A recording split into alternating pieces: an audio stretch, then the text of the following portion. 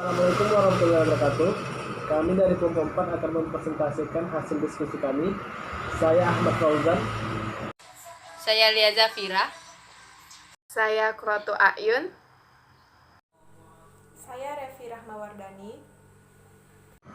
Sebelum kita memasuki ke dalam materi, marilah kita bersama-sama melihat cuplikan video yang akan kami tayangkan berikut ini.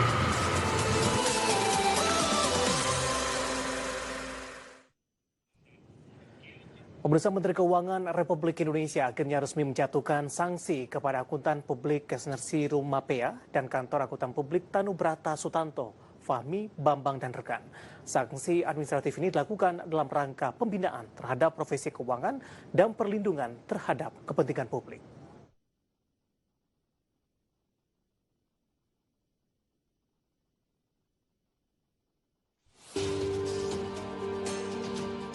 Menteri Keuangan Republik Indonesia akhirnya resmi menjatuhkan sanksi kepada akuntan publik Kesnersi Rumapea dan kantor akuntan publik Tanubrata Sutanto, Fahmi, Bambang, dan rekan. Sekretaris Jenderal Kementerian Keuangan Hadianto mengatakan, sanksi diberikan setelah Kementerian Keuangan melalui Pusat Pembinaan Profesi Keuangan memeriksa akuntan publik dan kantor akuntan publik tersebut terkait permasalahan laporan keuangan Garuda Indonesia tahun buku 2018, khususnya pengakuan pendapatan atas perjanjian kerjasama dengan PT Mahata Aeroteknologi yang tidak sesuai dengan standar akuntansi. Dalam putusannya, Menkyu menjatuhkan sanksi pembekuan izin selama 12 bulan terhadap akuntan publik Kesnersi Rumapea. Sementara kantor akuntan publik Tanubrata, Sutanto, Fahmi, Bambang, dan rekan dikenakan peringatan tertulis dengan disertai kewajiban untuk melakukan perbaikan terhadap sistem pengendalian mutu kantor akuntan publik dan dilakukan review oleh BDO International Limited. Tim dari kantor pembinaan profesi keuangan P2PK telah memutuskan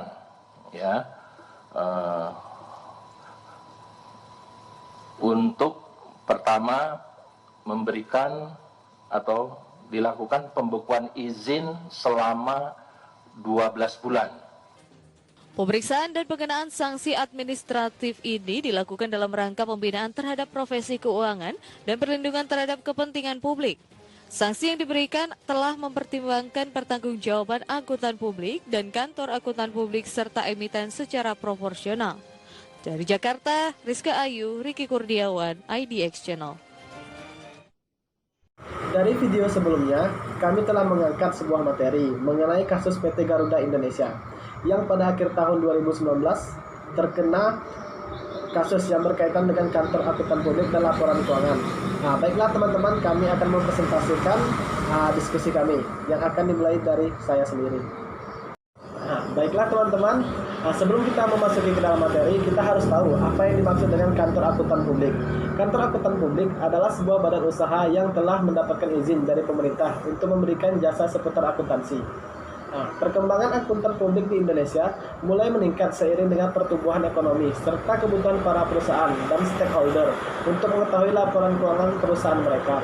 Selanjutnya, lalu mengapa kantor akuntan publik sangat diperlukan oleh perusahaan?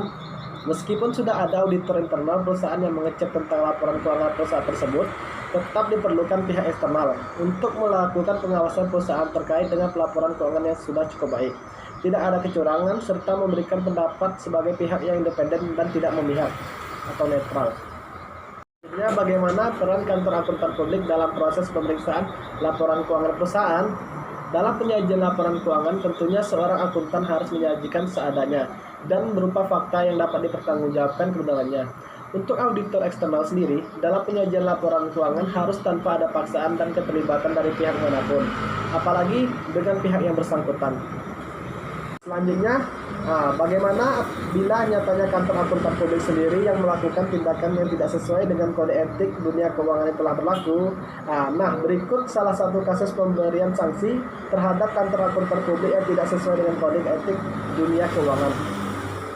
Pada akhir tahun 2019, Kementerian Keuangan yang dipimpin oleh Ibu Sri Mulyani menjatuhkan sanksi kepada kantor akuntan publik melalui OJK. Tidak sedikit jumlahnya yang telah dijatuhi sanksi tersebut. Hal ini berkaitan dengan beberapa pelanggaran dalam laporan keuangan tahunan.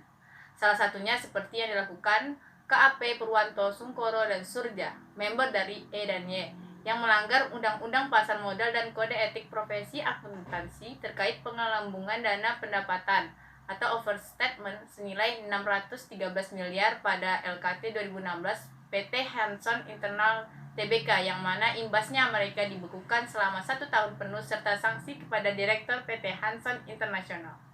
Senada dengan KAP di atas, Kementerian Keuangan juga memberikan sanksi melalui Pusat Pembinaan Profesi Keuangan atau P2PK kepada Angkutan Publik Kasner Sirumpea dan KAP Tanubrata Sutanto Fahmi Bambang dan rekan. Mereka merupakan penanggung jawab atas laporan keuangan PT Garuda Indonesia Tbk. Sanksi diberikan karena kesalahan laporan keuangan tahunan terkait dengan perjanjian kerjasama penyediaan layanan konektivitas dengan PT Mahata Aeroteknologi. Lalu, apa yang menyebabkan dari kedua kasus tersebut menjadi sanksi atas kinerjanya? Persamaan dari dua pemberitaan di atas adalah tentang penyajian laporan keuangan yang dianggap telah melanggar ketentuan peraturan profesi akuntan. Seorang auditor eksternal sejatinya adalah independen yang turut serta melakukan pengawasan terhadap perusahaan maupun pemerintah.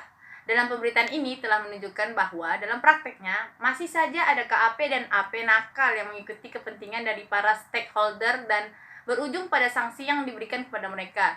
Di samping itu, seorang akuntan dan auditor juga dituntut dalam hal ketelitian dalam menyajikan dan memeriksa laporan keuangan sehingga tidak terjadi kesalahan dalam penyajian dan pemberian opini laporan independen dari auditor.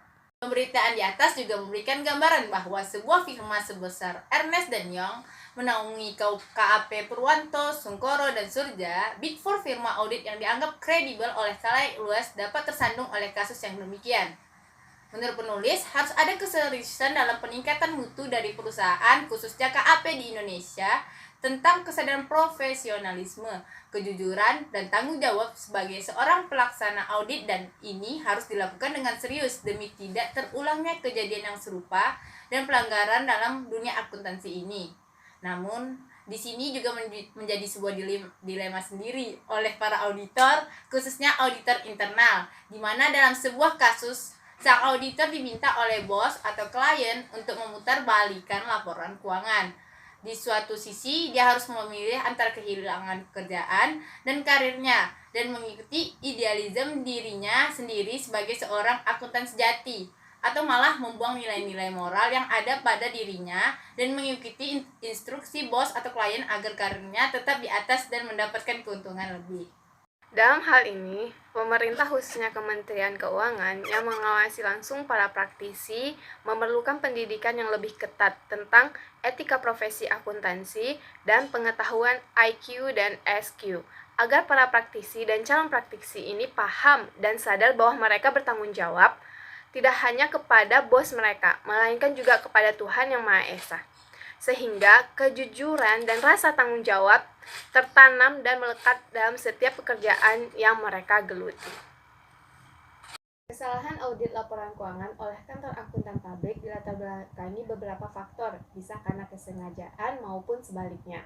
Setelah sebulan lebih memeriksa, Pusat Pembinaan Profesi Keuangan PP3 dan Otoritas Jasa Keuangan OJK akhirnya membenarkan sejumlah dugaan kejanggalan dalam laporan keuangan PT Garuda Indonesia Persero Terbuka tahun buku 2018. Di Aula Mazanin kantor Kementerian Keuangan, Jumat pagi, konferensi pers digelar untuk memaparkan sejumlah pelanggaran yang dilakukan oleh auditor publik AP Kasner Sirumpea.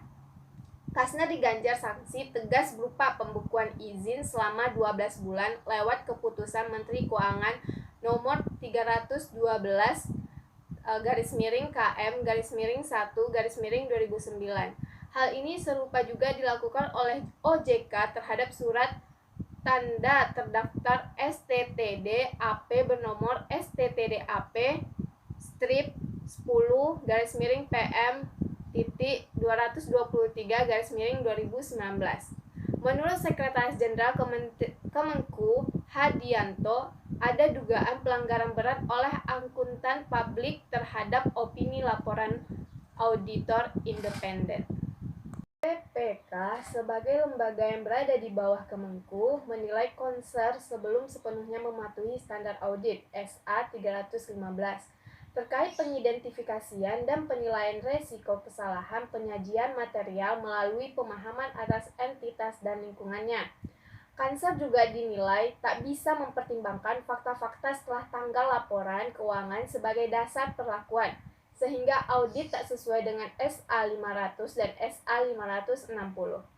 Kesalahan audit itu muncul terkait piutang sebesar 2,9 triliun atas kerjasama pemasangan WiFi dengan PT Mahata Aero Teknologi yang dicatat sebagai pendapatan dalam laporan keuangan Garuda tahun lalu. AP belum sepenuhnya mendapatkan bukti audit yang cukup dan tepat untuk menilai ketepatan perlakuan akuntansi sesuai dengan substansi transaksi dari penyajian yang melandasinya. Peraturan Standar Akuntansi Keuangan (PSAK), piutang itu tidak dapat dianggap sebagai pendapatan. Ini karena tingkatan penyelesaian pembayaran piutang itu tak bisa diukur dengan handal. Buktinya, emiten perkode GIAA itu belum mendapatkan pembayaran sepersen pun atas kerjasama dengan Maharata hingga saat ini.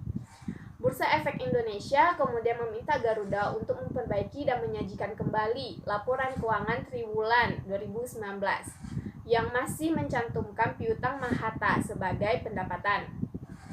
Bursa Efek Indonesia juga meminta Garuda Indonesia membayar denda sebesar 250 juta.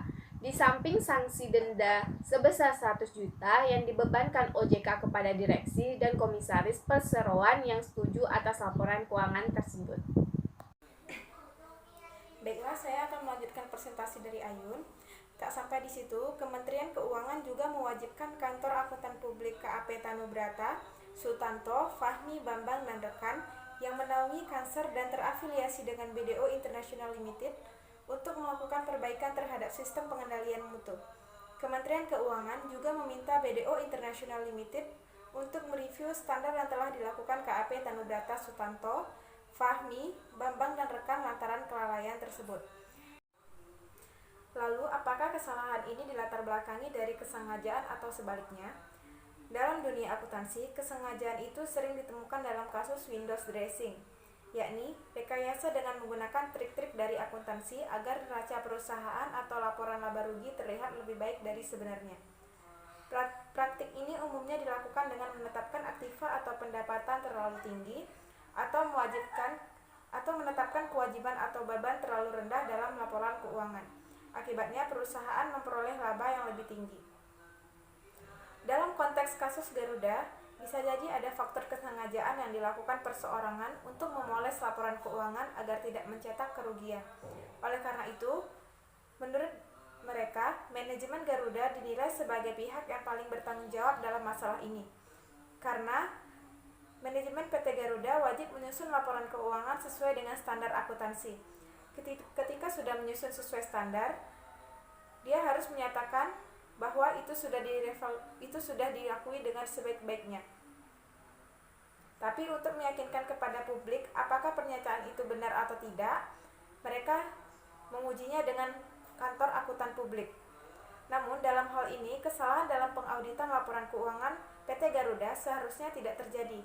KAP Tanubrata, Sutanto, Fahmi, Bambang, dan rekan-rekan yang sudah terafiliasi dengan BDO International Limited biasanya bakal memeriksa ulang opini yang akan diberikan oleh akuntan publiknya. Jika auditor di KAP tersebut sampai mendapatkan sanksi dari OJK dan Kementerian Keuangan, maka bisa dipastikan ada prosedur pengecekan yang tidak dijalankan sesuai dengan standar pengauditan. Dari kasus PT Garuda Indonesia, maka kami menarik suatu kesimpulan. Yang pertama, Kanser diganjar sanksi tegas berupa pembekuan izin selama 12 bulan lewat keputusan Menteri Keuangan nomor 312/KM1/2019. Hal serupa juga dilakukan Otoritas Jasa Keuangan terhadap surat tanda terdaftar atau STTD AP bernomor STTD-AP-010/PM-PM-223 atau 2019. Yang kedua, KAP Purwanto, Sungkoro, dan Surja, yaitu member dari INY, telah melanggar Undang-Undang Pasar Modal dan Kode Etik Profesi Akuntan terkait penggelembungan dana pendapatan atau overstatement senilai 613 miliar pada laporan keuangan tahunan 2016 PT Hanson International Tbk. Kementerian Keuangan juga memberikan sanksi melalui Pusat Pembinaan Profesi Keuangan P2PK kepada Akuntan Publik AP, Kanser Surumpea, dan KAP Tanubrata, Sutanto, Fahmi, Bambang, dan rekan. Mereka merupakan penanggung jawab atas laporan keuangan PT Garuda Indonesia. Yang keempat, PT Garuda Indonesia membayar denda sebanyak 250 juta, di samping sanksi denda 100 juta yang dibebankan Otoritas Jasa Keuangan kepada direksi dan komisaris karena telah mencatat piutang menjadi pendapatan. Itulah hasil dari presentasi kami. Lebih dan kurang kami mohon maaf. Assalamualaikum warahmatullahi wabarakatuh. Stay home.